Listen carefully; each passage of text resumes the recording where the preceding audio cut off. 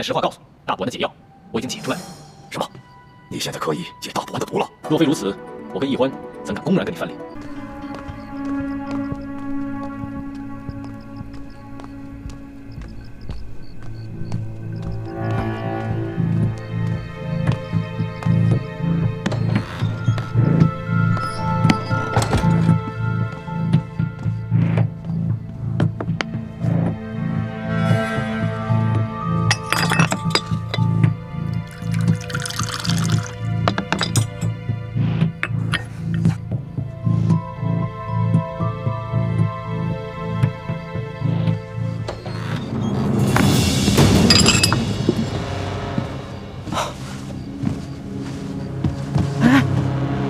把药还给我！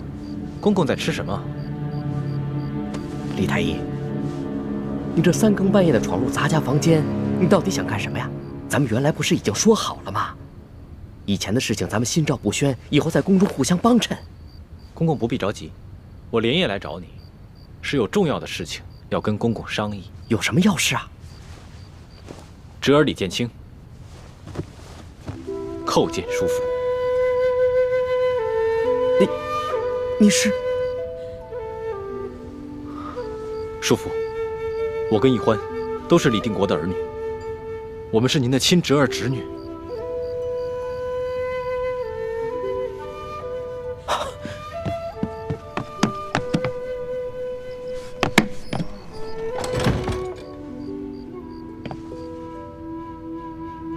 原来鳌拜说的是真的，你们两个进宫果然是图谋不轨啊！我爹让我转告给叔父，希望叔父顾念骨肉亲情，在宫里对我们兄妹。不要说了，我知道你想说什么。我告诉你，这绝无可能。你们不要再叫我叔父，我没有你们这些亲人。看来我爹说的没错，叔父心里只有荣华富贵，没有我们这些骨肉亲情。随你怎么说，你回去告诉你爹还有你妹妹，我不会出卖你们，但我也求你们不要再连累我了，好不好啊？不管将来怎么样，你们都跟我没有任何关系。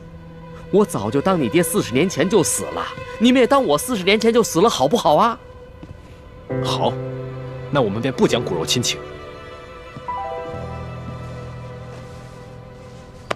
哎，你干什么？李太医，我没有病，不劳您给我把脉。我不是在把脉，而是在测你的心。接下来我会问你很多问题，如果你撒谎的话，你的脉象便会出错。你果然跟你爹一模一样，对我的算计多过亲情。叔父，只要你把铜匣交出来，我们还继续从前的约定，心照不宣，互不干涉。铜匣？什么铜匣？叔父装什么糊涂？你刚才夜探敖府，并没有把铜匣带出去，所以这铜匣还被你藏在宫里。你说的是那个藏着藏宝图还有钱铭余孽名册的铜匣？那不是易欢从鳌拜府上已经拿走了，后来又被皇上在永乐斋给找回来了吗？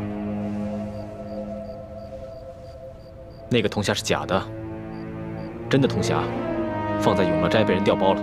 你怀疑是我调的包？不是你还是谁？我知道叔父想用铜匣去换鳌拜大补丸的解药。叔父，你可以不帮我们，但是也不能去帮鳌拜那个杀人不眨眼的魔头啊！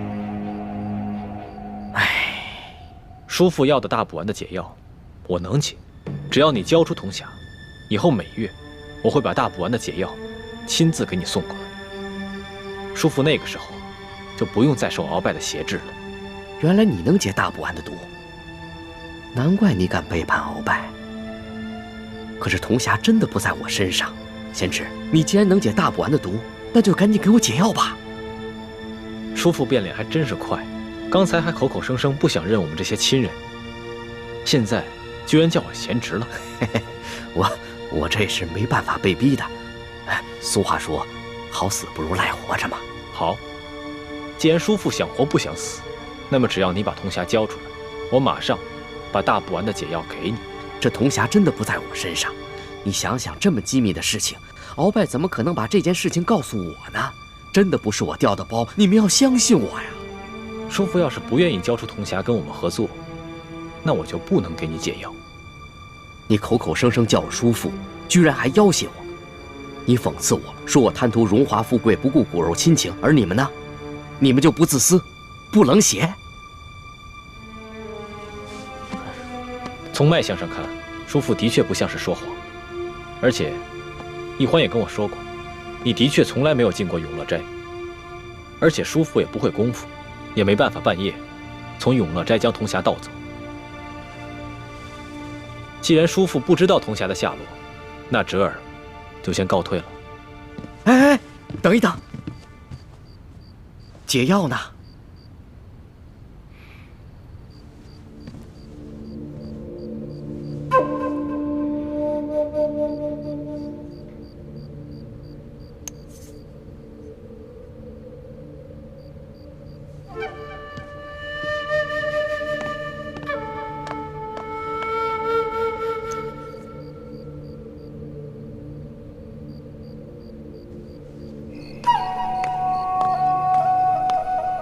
等一等，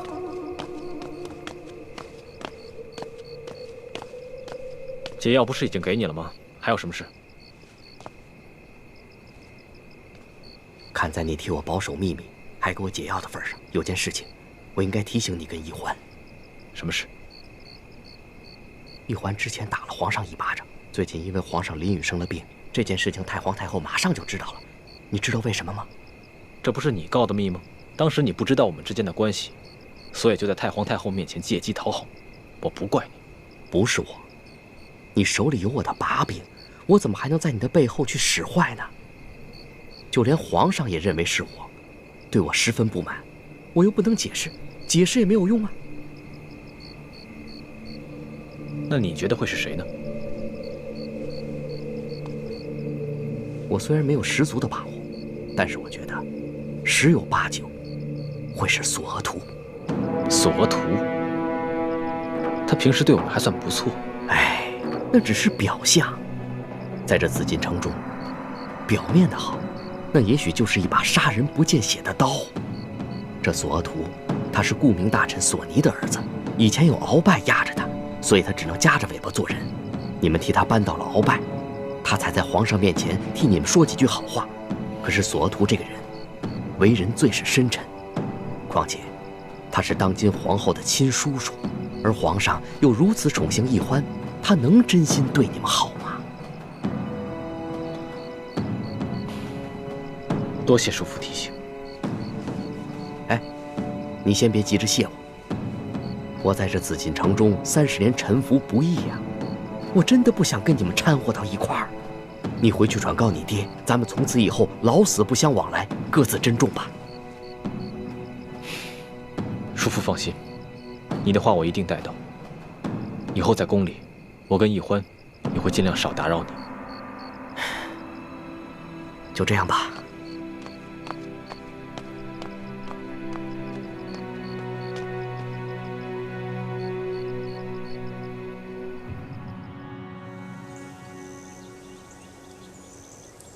起来吧。谢太皇太后。哀家让你打探的事情怎么样？回太皇太后，奴才一直在暗中盯着这兄妹二人，暂时还没有发现什么蛛丝马迹。哦，是这样。其实皇上很看重这兄妹二人，真是不寻常啊。从现在开始，继续为哀家看住他们，只要有点风吹草动、蛛丝马迹，一定要回禀给哀家。这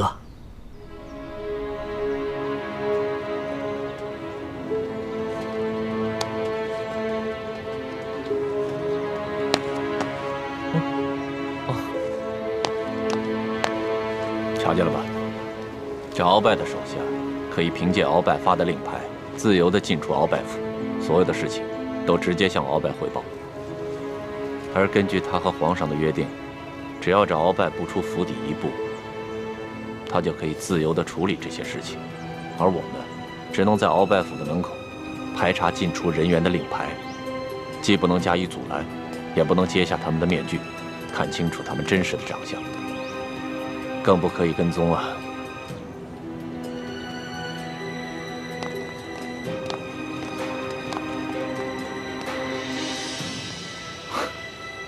皇上是天子，金口玉言，可索大人就不能将在外，君命有所不受吗？便悄悄安排人去跟踪一下，又有何妨呢？唉，说来真是惭愧啊。我也曾经悄悄派人跟踪过，可是鳌拜这些手下个个都是江湖经验丰富的老手，又懂得擅长易容易身之术。我的那些侍卫，都是些八旗贵族的子弟，虽然有几个身手不凡的，可是总是江湖经验欠缺，所以每次都是跟丢了。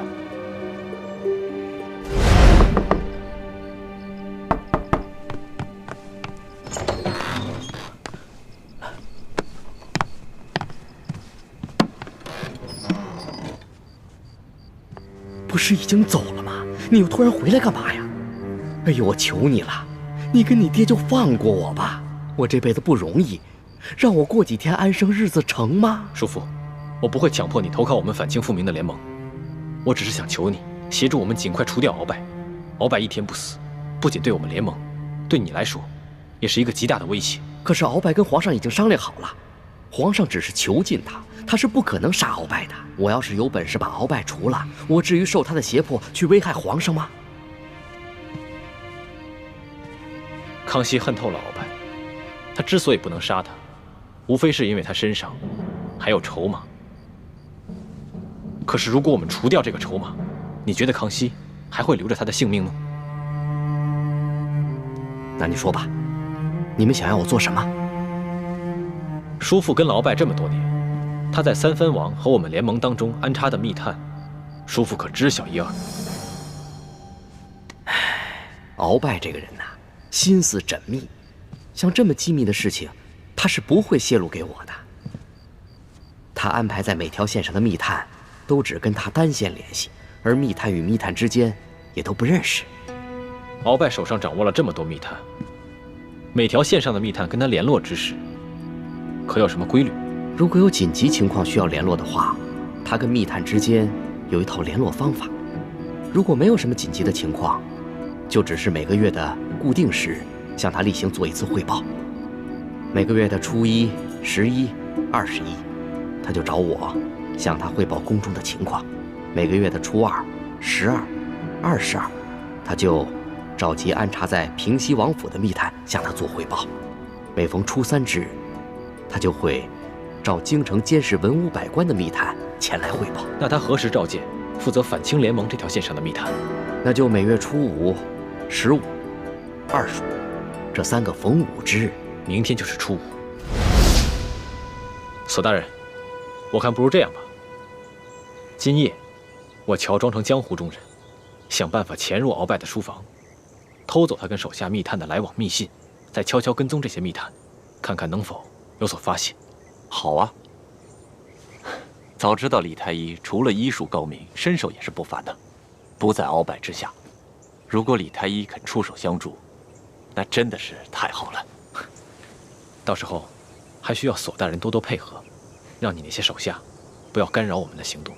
这没问题啊，包在我索额图身上。好。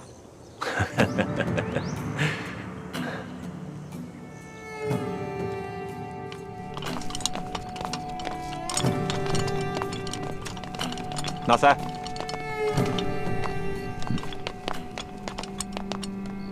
义父，今天晚上，你跟弟兄们不要在这鳌府里面巡逻了啊！巡逻到外面去，围着鳌拜府转几圈就行了。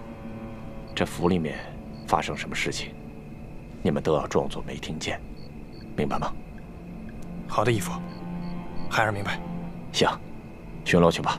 哎，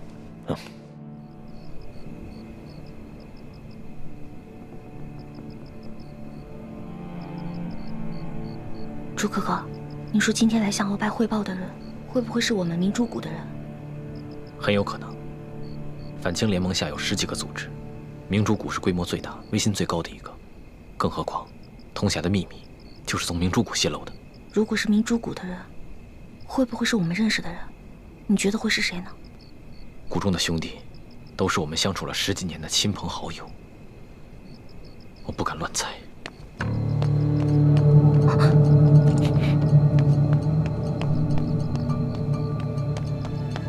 朱哥哥，我好紧张啊！嘘，小声一点。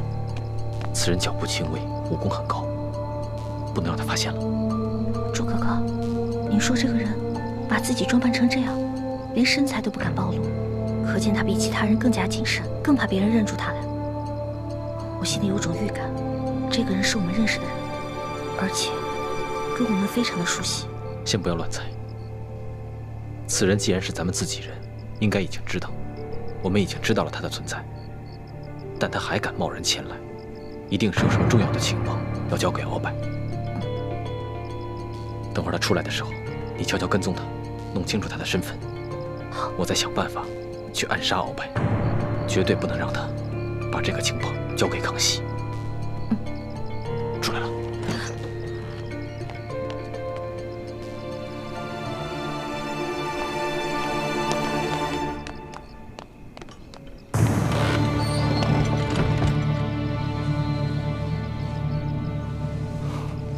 环梅，此人武功在你之上，你千万不要跟他发生正面冲突。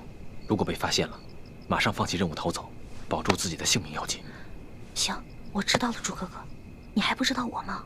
从小我胆就小，我肯定不会跟他正面发生冲突的。倒是你，鳌拜的武功很高的，你可千万注意自己，别受伤了。你放心吧，我不会让自己有事的，不会把你一个人留在这世上。行动吧，小心。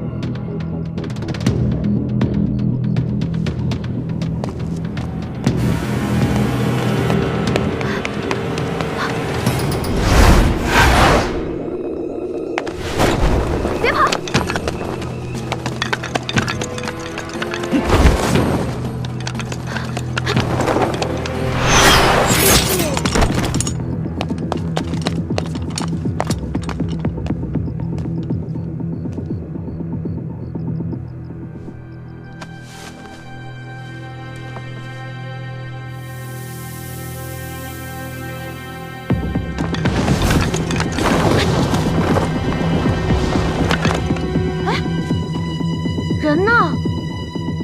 哎，糟了，我又把人给跟丢了。朱哥哥又得看笑话了。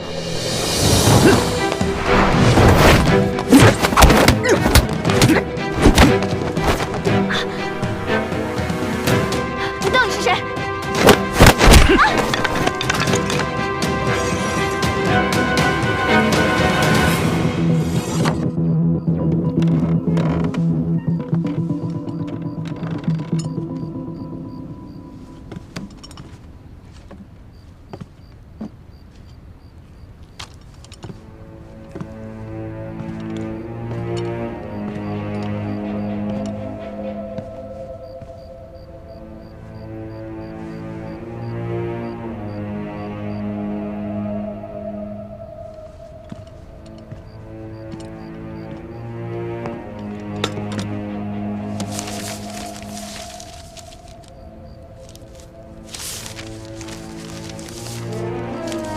想不到鳌拜如此谨慎，他与手下往来的信件，全部都是用密语写成，其他人就算是拿到了，也看不懂。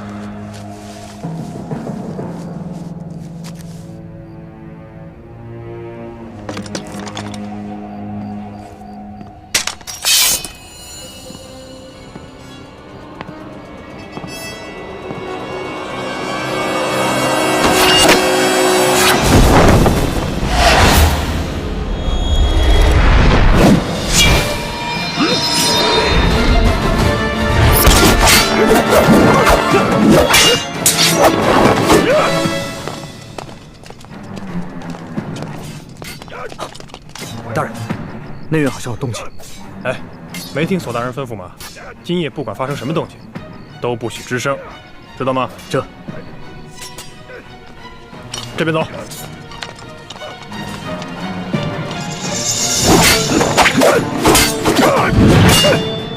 幸亏老夫早有防范，要不然真的就中了你的暗算。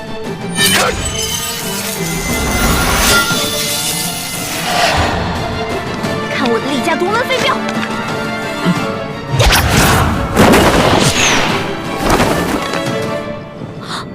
可以啊，居然全都接住了。你这发暗器的功夫太差了，哪儿学的功夫？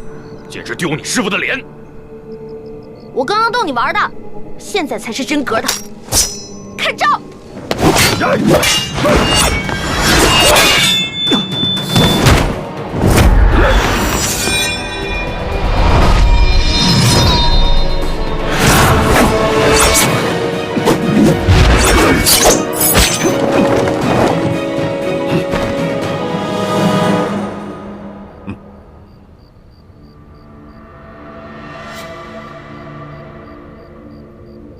李剑清，原来是你！没想到你年纪轻轻，功夫还真是不错。鳌拜，你号称大清第一高手，却不知我中原武林高手如云，武功在你之上者多如牛毛。今夜，康熙派我来杀你，束手就擒吧。李剑清，你就不必再费心挑拨老夫和皇上的君臣关系了。你今晚来行刺老夫，不可能是出自康熙之意。你就那么相信康熙不会出尔反尔？他有多恨你，你应该比我清楚。康熙小儿恨老夫入骨，一心想让老夫死，但是以康熙的城府，他更加清楚，眼下还不是杀老夫的时机。你对朝廷的价值，无非只剩下你所掌控的情报网。康熙将你革职软禁，天下皆知。你的那些手下，早就惶惶不可终日了。他们暂时还肯效忠于你，一来不过是受了你大补丸的控制，你的余威还在。但实话告诉你，大补丸的解药我已经解出来了。什么？你现在可以解大补丸的毒了？若非如此，我跟易欢怎敢公然跟你翻脸？想不到啊，你年纪轻轻，不但武功高强，这医术之高明，也是老夫平生之仅见，可真是了不得呀！这第二是你的那些手下，跟朝廷还没有建立起联系的渠道，但是以康熙的智慧，相信用不了多久，他就会让你那些手下主动去投靠朝廷，到时候他们直接建立起了联系。你以为康熙还会留着你这条老狗吗？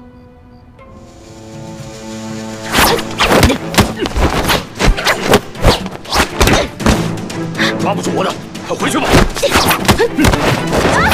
好人命，好人命！小女子知错了，再也不敢了。这样差，还敢逞能？好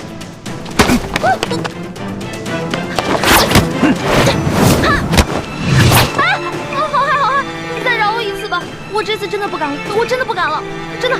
眼下局势混乱，处处都是陷阱杀机，你个小丫头，还是少掺和的好。快回去吧！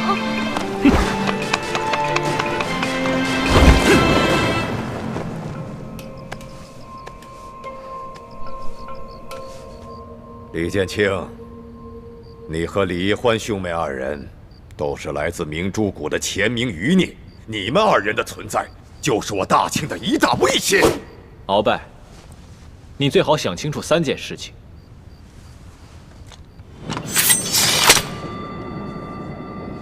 第一，眼下我们兄妹直接威胁的是康熙，不是你鳌拜。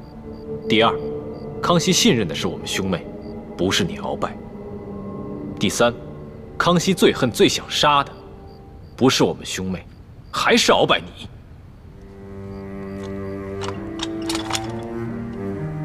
你今晚见的那个穿黑色斗篷的人，就是你安插在明珠谷的奸细吧？是又如何？虽然你的功夫不错，但若想杀了老夫，恐怕没这么容易吧？若是老夫把这些机密上交给康熙，那你们兄妹二人的死期可就到了。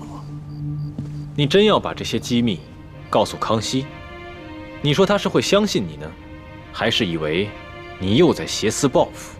就算康熙相信了你，把我们兄妹都给杀了，若是没有了我们这些所谓的前明余孽，你觉得康熙还会留着你这眼中钉吗？小狗子，那咱们不妨就来做个交易吧。以后你就不要再算计老夫了。老夫在上报给康熙的时候，也绝不会揭穿你们兄妹二人，如何呀？好，我答应你。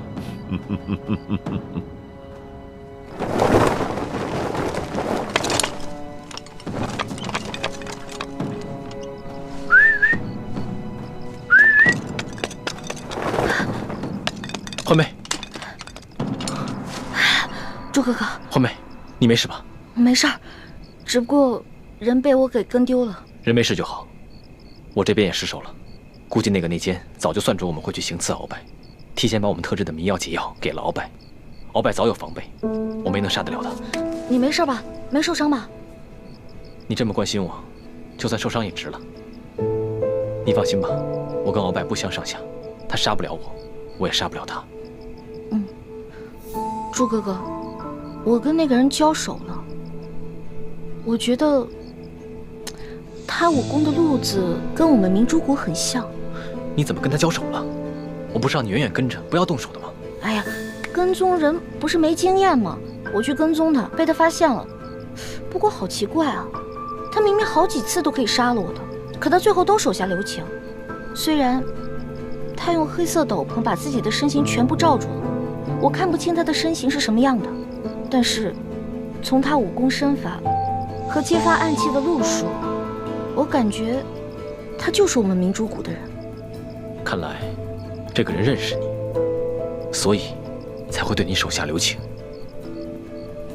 有没有听到他说话的声音？他是用假声跟我说话的，但是他用假声的方法跟咱们平时学的变声技法是一路的。我敢断定，这个人不仅是我们明珠谷的人，还是我们非常熟知的人。这个人究竟会是谁？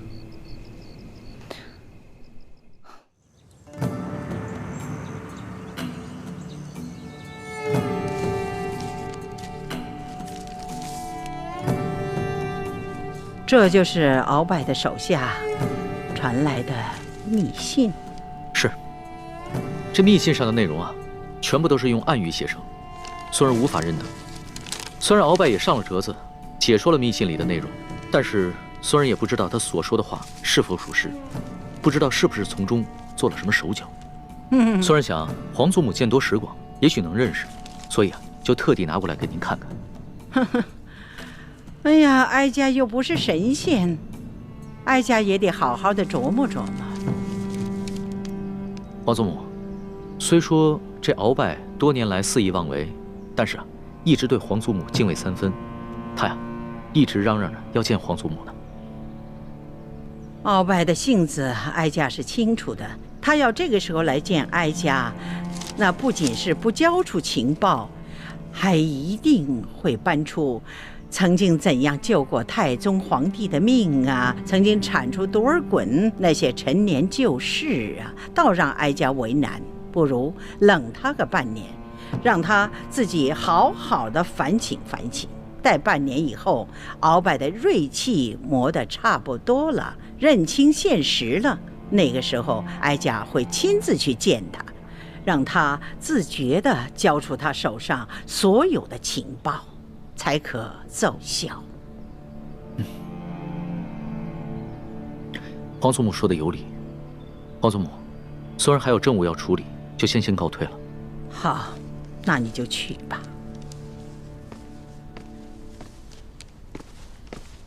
这李氏兄妹可有什么异常？回太皇太后，这李氏兄妹一直尽忠职守，没有什么异常。不知为什么，哀家对他们二人真是有些不放心的。你要继续替哀家看住他们二人，不可掉以轻心。奴才明白。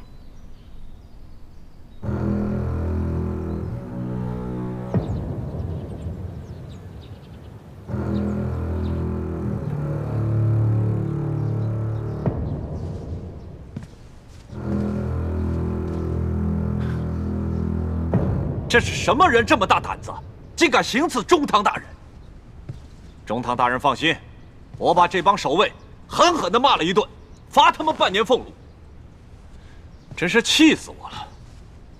中堂大人放心，从今天晚上开始，守卫您的侍卫，我会让他们增加1倍的人。有劳索大人费心了。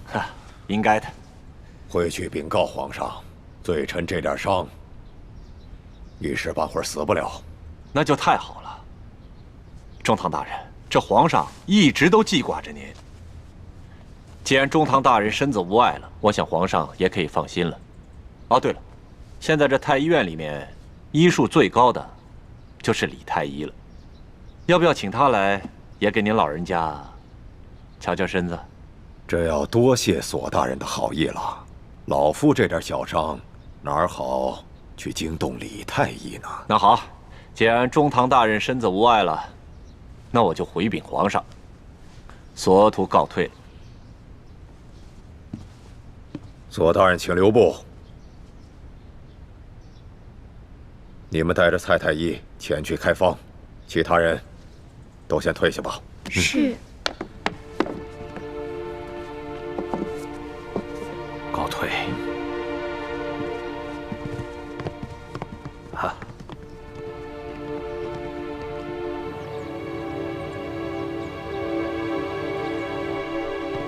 既然这个奸细是明珠谷的人，那他昨晚一定向鳌拜泄露了很多机密，包括咱们的身份。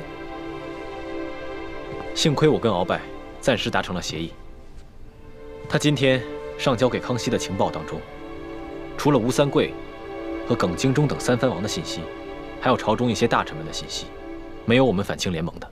哎，那吴三桂那边有什么动静啊？不知道。鳌拜这个老狐狸，他和手下密探们的往来信件，全部都用暗语写成，我根本就看不明白。他呈给康熙的密折，也是通过索额图的手传递过去的，我也没有办法看到。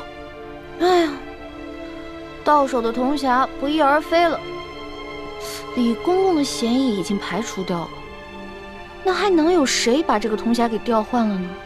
朱哥哥，我一想到我们身边危机四伏，我就觉得瘆得慌。你别担心，有我在，不会让你有事的。如果真出了什么意外的话，我就算拼了性命，也会保护你的周全。朱哥哥，我不要一个人安全，我要大家都安全。我现在有点后悔了，早知道在明珠谷的时候，我天天跟你们好好用功了，也不至于现在拖你们的后腿。现在知道后悔了吧？不过，这也算是不错的进步了。等完成了剩下的任务，我就陪你回明珠谷，陪你好好的把之前欠下的功课都给重新补上。等你各方面技艺都练到家了，我再陪你来江湖闯荡。哎呀，我只是那么一说而已。你现在让我回去勤学苦练，我觉得我也做不到。现在这屋里只剩下你我2人了，你告诉老夫实话，昨天夜里李太医来行刺老夫，你是不是事先就知道？要不然老夫这屋里传出这么大的动静，外面巡逻的卫队为何会一个都听不见呢？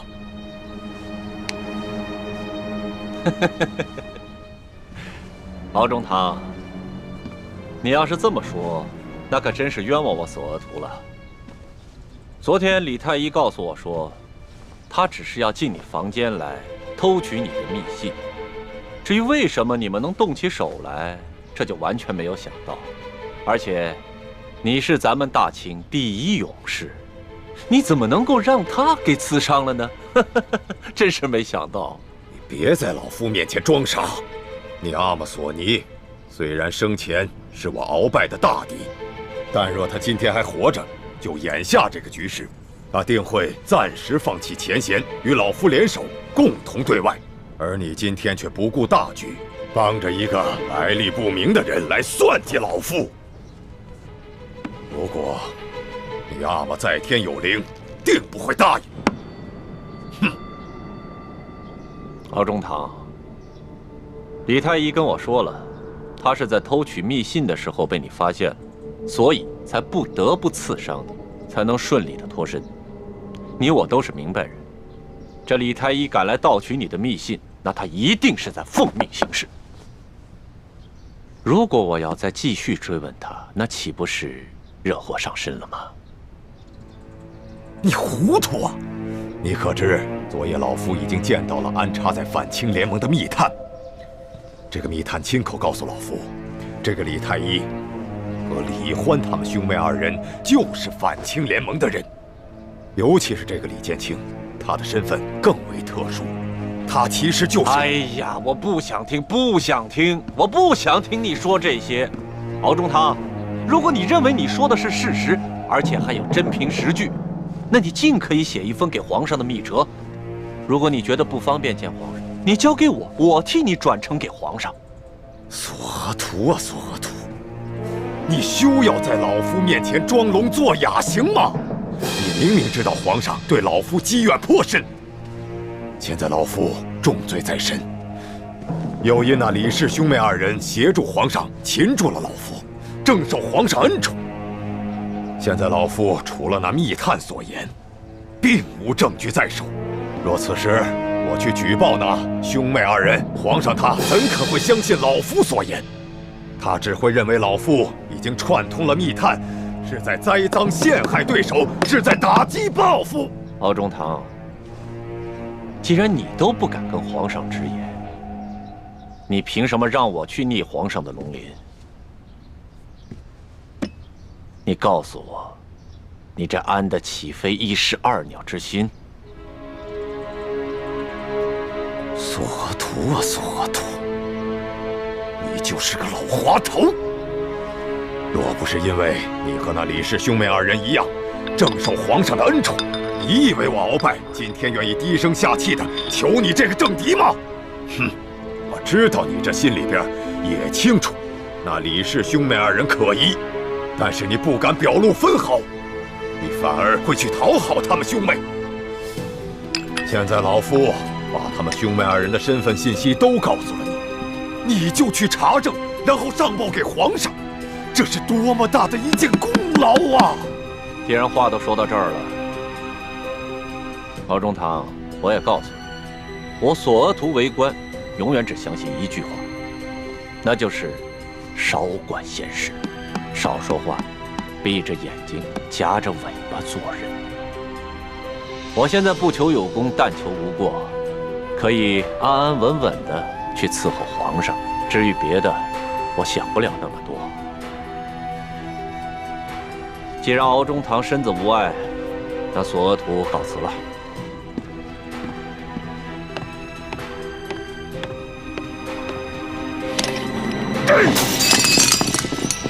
我大清的江山，早晚会毁在这些小人的手上。大师兄，昨晚你是假意和鳌拜达成了协议，可这鳌拜会不会也是在假意应承你，其实是在另寻时机，另做打算呢？太子，看来我们要尽快改变策略了，不能再留着鳌拜牵制康熙，也不能慢慢从鳌拜身上查找奸细是谁。我们必须要尽快除掉鳌拜，否则一旦他想明白了，选择了尽释前嫌，真心效忠康熙，那我们甚至整个联盟都会很危险。我明白，鳌拜必须死，而且越早下手越好。可我的功力和鳌拜不相上下，贸然行动的话，我没有十足的把握。这样吧，今天晚上我悄悄溜出宫去，我们两个联手，务必除掉鳌拜。好。三叔，本宫倒觉得这鳌拜不像是在挑拨离间，说不定这李氏兄妹真的是反清复明的乱党。你还是该帮着他，在皇上面前揭发李氏兄妹。皇后此言差矣。那鳌拜现在死里逃生，又站稳了脚跟，如果再让他立下大功，那岂不是又成为我们最大的威胁了吗？更何况他现在手里并无真凭实据，只有密谈的密报。如果他是使诈的，想利用我们去报复李氏兄妹，而现在皇上对那李易欢又兴趣正浓之时，那我们岂不是中了他一石二鸟之计吗？三叔说的有道理，就怕那李氏兄妹真的是乱党，那该如何是好啊？眼下，鳌拜才是我们的心腹大患，而李氏兄妹只是肘腋之计，为今之计，莫不如先联手李氏兄妹，彻底斗垮鳌拜。这样，我们赫舍李氏在朝中便再无对手了。至于那李氏兄妹，等将来皇上对李易欢的兴趣淡，我们再除掉他兄妹，也不迟啊。在处理这些事情上，三叔比本宫有见识，一切就听三叔的安排。只是你也要千万留心这李氏兄妹，别让他们真生出什么事来。是，皇后请放心，我一定会紧紧地盯住李氏兄妹的。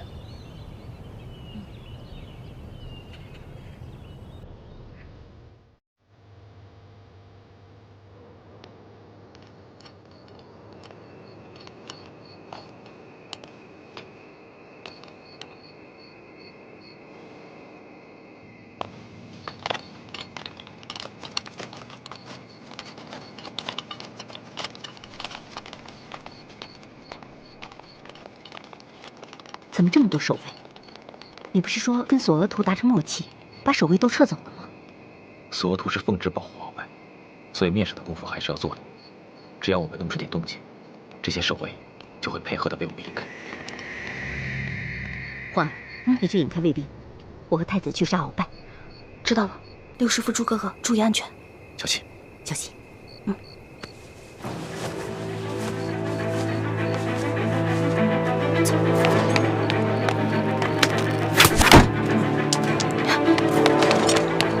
你们几个在这儿，你们跟我追！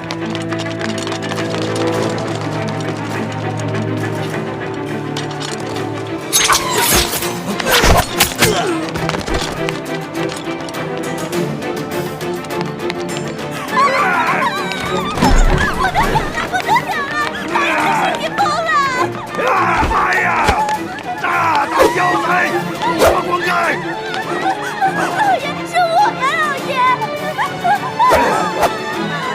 哪里跑！大胆妖才！大胆妖才，滚！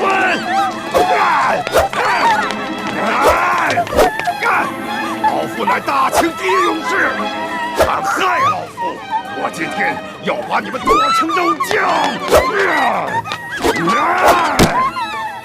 李易欢，你敢骗老夫，我这就送你上西天！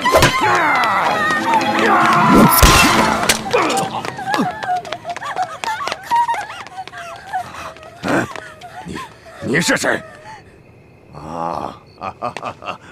康熙小儿啊！我就知道你要来暗算老夫。好啊，你忘了老夫救了你的爷爷吗？啊！我还替你们爱新觉罗家族打下了江山。好，砍刀！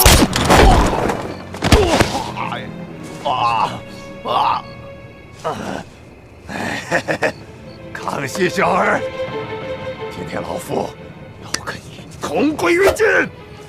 我杀！刘师傅，杀！看来鳌拜真的疯了。杀！情况不妙，撤！杀！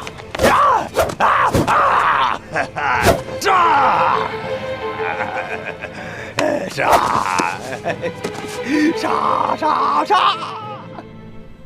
什么？鳌拜疯了？回太皇太后的话，昨天夜里鳌拜突然发了失心疯，杀了几个护卫和他的侍卫，还差一点杀了自己的姬妾。哼，这个鳌拜封的还真是时候。走，带着你瞧瞧去。孙儿告退。奴才告退。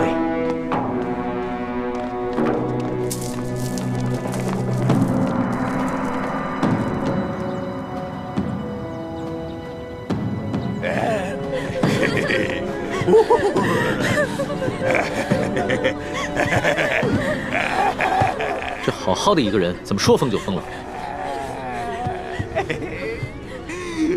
你们是怎么伺候你们家老爷的？回皇上，老爷自从前晚遇刺受了伤，就有些精神恍惚。昨儿召了太医院的蔡太医来瞧，说是没有大碍，休养几日便能好。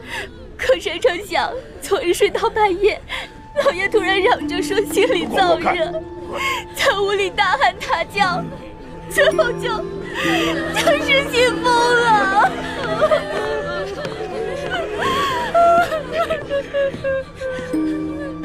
皇上，年龄，你快看看，鳌拜患的是什么病？是。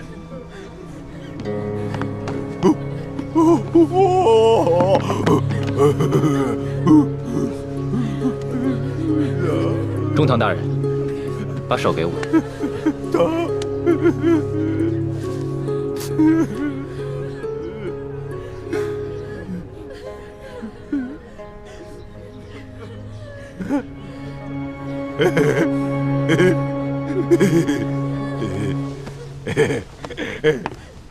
皇上，中堂大人不是病，而是中了迷魂散之毒。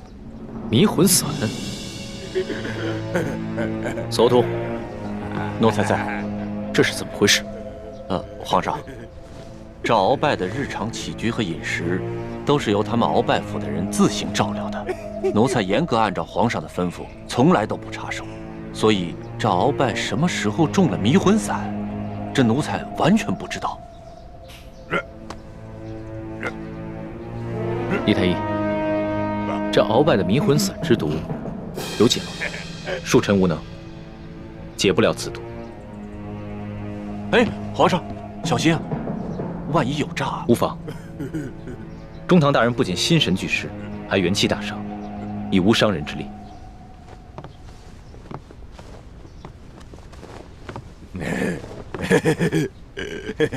鳌拜，你可还认得朕？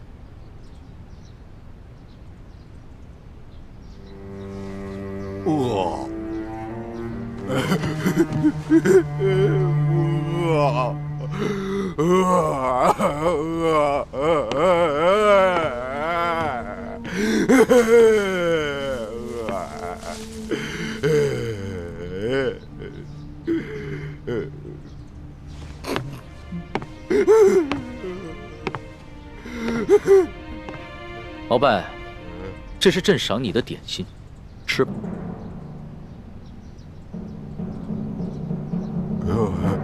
点心？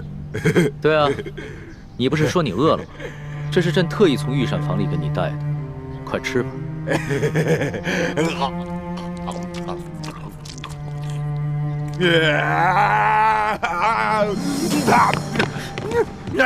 大胆！那不好吃，不好吃！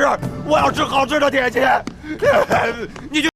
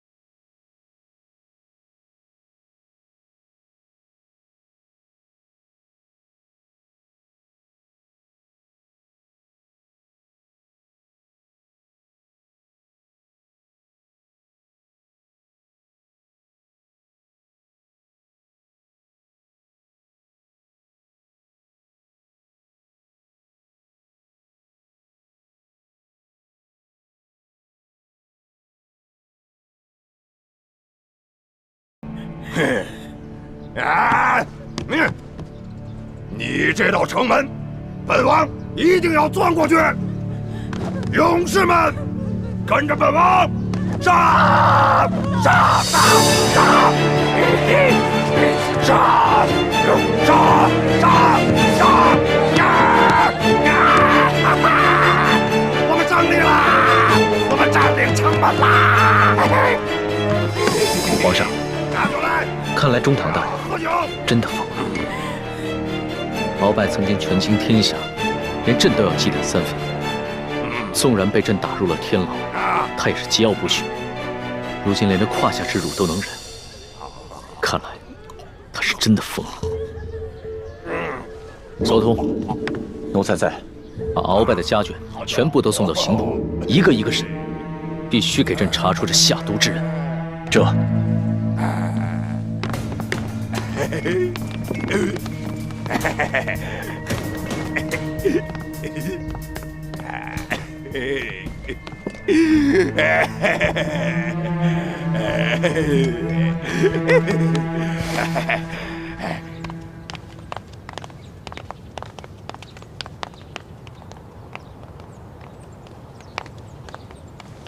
李太医，为什么不把鳌拜一下子解决了？这样不比把他毒疯了好，一了百了。不是我2次想要去暗杀他，都没能得手。不是你，那还能是谁？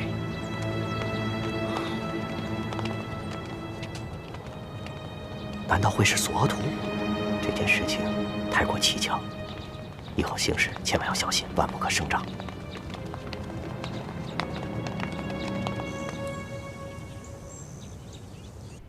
你们就先退下吧。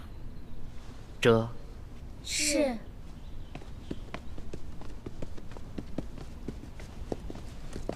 鳌拜居然中了迷魂散之毒，可查出是谁下的毒？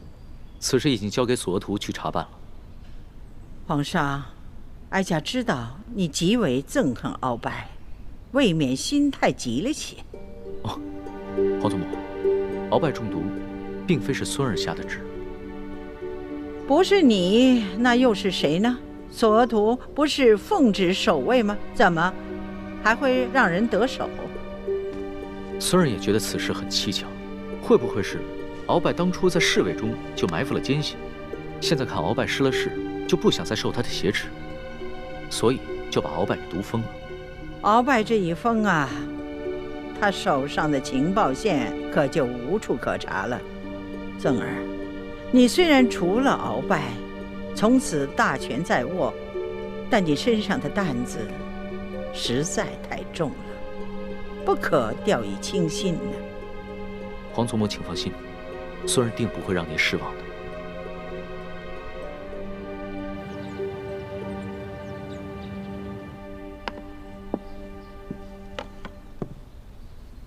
鳌拜已疯，所以咱们和联盟暂时都已经安全了。所以，我们没有必要继续追杀鳌拜，否则反而会引起别人的注意，让康熙怀疑。六师傅说的是，只是鳌拜已疯，我们查找内奸的线索又断了。究竟会是谁下的毒呢？鳌拜被一大堆家眷仆从环绕着，外头又有重兵把守，这个人居然还能有下毒的机会。刑部已经调查好几天了，都没有调查出来鳌拜是怎么中的毒。难道真如李公公所言，是索额图下的毒？因为除了他也没有别人了。如果真的是索额图下的毒，那刑部再怎么查也是不会有结果的。可是索额图为什么要毒疯鳌拜呢？你别忘了，索额图是索尼的儿子，当年索尼和鳌拜同为顾命大臣，二人争权夺利10几年，仇怨极深。但索额图是一个官场老滑头，谨小慎微。他虽然很想除掉鳌拜，但他毕竟身负坚守鳌拜的职责，应该不会为了一己私利而擅自毒害鳌拜。索额图会不会是奉旨下毒呢？龙小弟啊，可是龙小弟为什么会选择这个时候毒疯鳌拜呢？我也不清楚。也许康熙是想告诉天下人，鳌拜这棵大树已经完全倒下了，逼着他的手下另寻出路，这样康熙就有可能接手鳌拜执掌的情报网络了。这个不太可能，康熙城府极深，既然忍气吞声跟鳌拜谈判了，应该不会这么快就改变主意出尔反尔。在这些大事上，还是大师兄分析的透彻。你们说毒蜂鳌拜的人，会不会跟调包铜匣的人是一个人？有这个可能，而且这2件事不一定是一个人，有可能是一伙人。不知这伙人是什么来路，不仅对康熙和鳌拜了如指掌，也熟悉我们的状况，甚至还能自由出入这大内深宫和重兵把守的鳌拜府邸。也不知这伙人是敌是友，是友为何不与我们联手？是敌又为何不向康熙举报我们呢？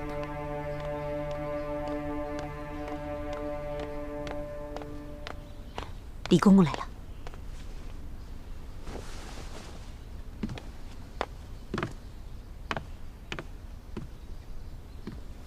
皇上有旨，宣丽嫔娘娘御书房觐见。妾身遵旨。公公，您是不是听错了？皇上从未在白天宣丽嫔去过御书房，只会让我去御书房笔墨伺候的。诗书姑娘，您说笑了。老奴虽然上了几岁年纪，可这耳朵还不背。皇上确实是宣丽嫔娘娘觐见。李公公，那您可知道皇上宣丽嫔去御书房，所谓何事啊？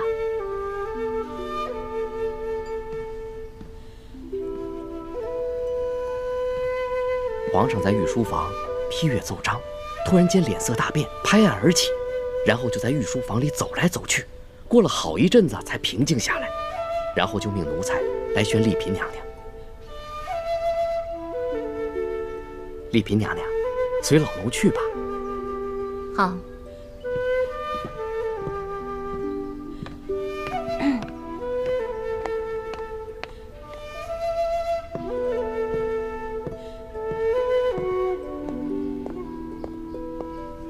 楚可可，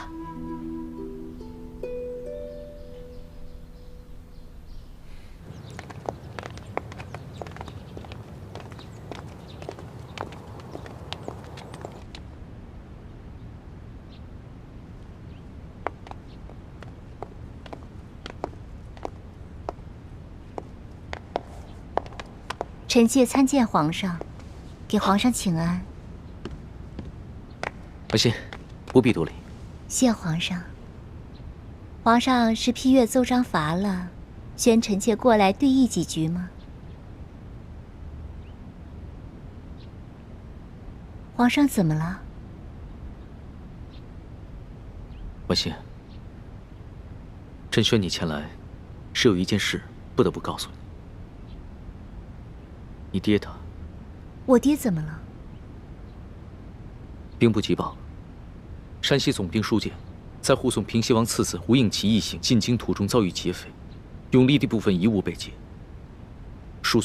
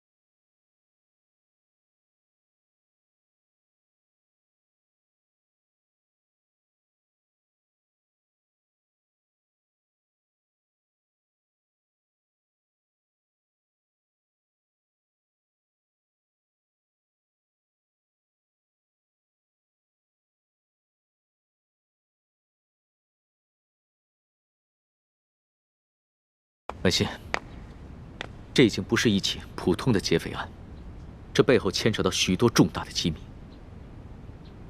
你爹现在还躺在案发地点附近的一个驿馆当中，不能移动。要是你爹的……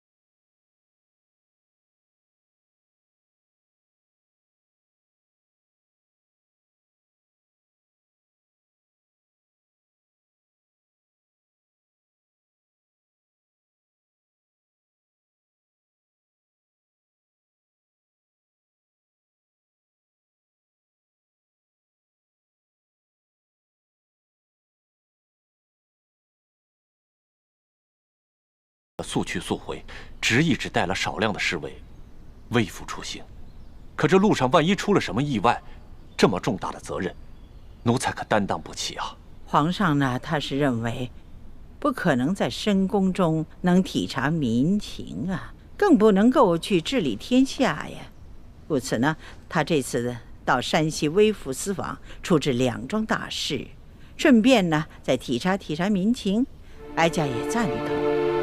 好在此时鳌拜已经疯了，朝中的重臣们对皇上已经归心了，又有哀家坐镇，皇上呢悄悄出京几日，谅他也不至于闹出什么大乱子来。可是啊，就怕万一走漏风声，有居心叵测、胆大妄为之徒埋伏在出巡的路上，借机行刺皇上，你那可就放心吧。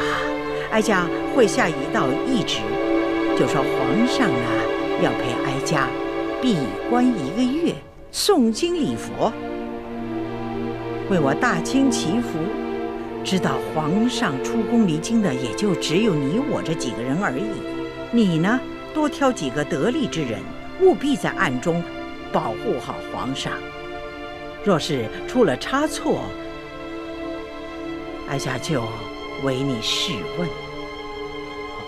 这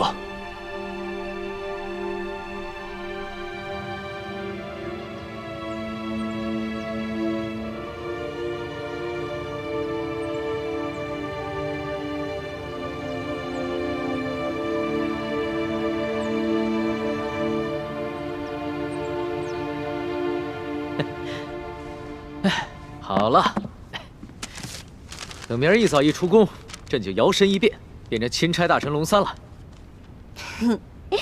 我看到皇上给自己下了道圣旨，封自己是钦差大臣，我突然想到了一个人。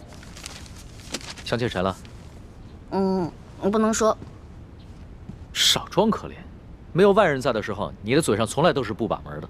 那我说了，我想到了前朝著名的正德皇帝，他当时封自己为威武大将军，后来不停地给自己加封，直到最后自己篡了自己的位。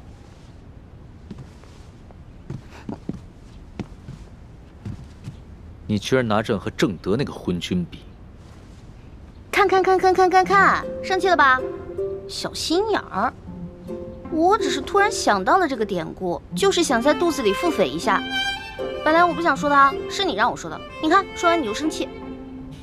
正德这个皇帝啊，从来就没有认清身为皇帝的职责，他只是把皇帝当成了一个游戏。而把天下的人都当成游戏的筹码。他是朕的前车之鉴，朕是绝对不会效仿他的。朕写了这道圣旨，只是为了出宫查案方便。是，我的龙小弟是天底下最好的皇上，是个圣人，是个天子。那个正德就是个糊涂虫，他连给我的龙小弟提鞋的份儿都不配，是不是啊？这话听着舒坦。千穿万穿，马屁不穿。哎呀，在这宫里啊，只有你和朕敢这么调笑。本来朕想到舒家命在旦夕，齐钥匙又不知道被谁给劫走了，朕的心情很是沉重。没想到跟你说笑两句，心情就轻松了下来。好了，有了这道圣旨，又有了这个如朕亲临的金牌，应该足以应付出宫以后的一切状况了。我来帮你保管。那可不行，你连自己都能弄丢了，我可不能把这个圣旨和金牌交给你这大马虎保管。看不起人是不是？在宫里你罩着我，但是出了宫以后，就是我罩着你了。吹，使劲吹啊！大清朝吹牛不上税。给我，给不给我？